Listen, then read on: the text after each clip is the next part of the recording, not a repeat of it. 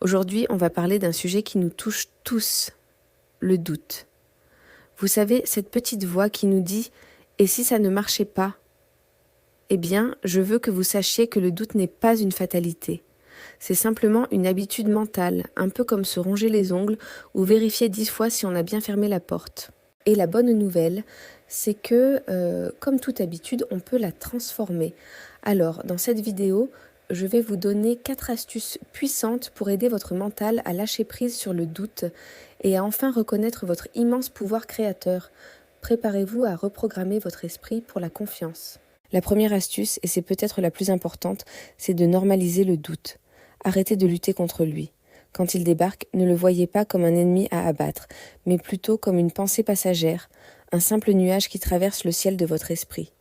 Ne lui donnez pas plus d'importance qu'il n'en a. Dites-vous simplement « Ah tiens, voilà le doute qui passe ». Plus vous le traiterez avec légèreté, plus il perdra son emprise et sa force. Il ne s'agit pas de l'ignorer, mais de ne pas lui donner le premier rôle dans le film de votre vie. Ma deuxième astuce, c'est de répéter la logique. Votre mental est rationnel, il a besoin de comprendre le pourquoi.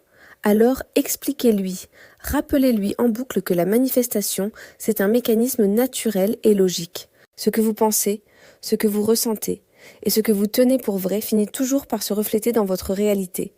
C'est une loi de l'univers, aussi simple que la gravité. Chaque fois que le doute pointe le bout de son nez, ramenez doucement votre mental à cette logique implacable.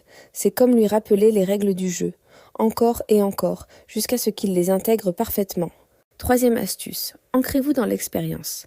Votre mental adore les preuves concrètes. Alors, donnez-lui en. Prenez un moment et souvenez-vous de toutes les fois où vos pensées, vos intentions, votre discours intérieur ont directement créé une situation dans votre vie. Et oui, je parle aussi des situations désagréables. Celles-là sont souvent les meilleures preuves. Vous vous souvenez quand vous redoutiez cet appel et qu'il s'est mal passé, ou quand vous étiez certain d'obtenir quelque chose et que ça s'est produit? Votre vie est remplie de ces exemples. Présentez-les à votre mental. Il a des tonnes de preuves sous les yeux. Il suffit de les lui montrer. Et enfin, ma quatrième astuce. Remplacez, ne combattez pas. Au lieu de vous battre avec votre mental en lui criant « Arrête de douter », offrez-lui une nouvelle direction, une meilleure option.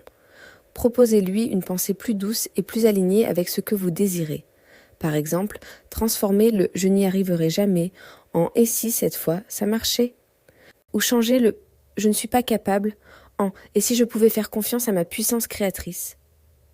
En lui donnant de nouveaux scénarios positifs à explorer, vous l'entraînez comme un muscle. Rappelez-vous, votre mental apprend exactement comme on apprend à conduire, à marcher ou à faire du vélo. Au début, il hésite, il doute, il a peur de tomber. Mais plus vous le guidez avec patience et persévérance, plus il intègre les nouveaux réflexes.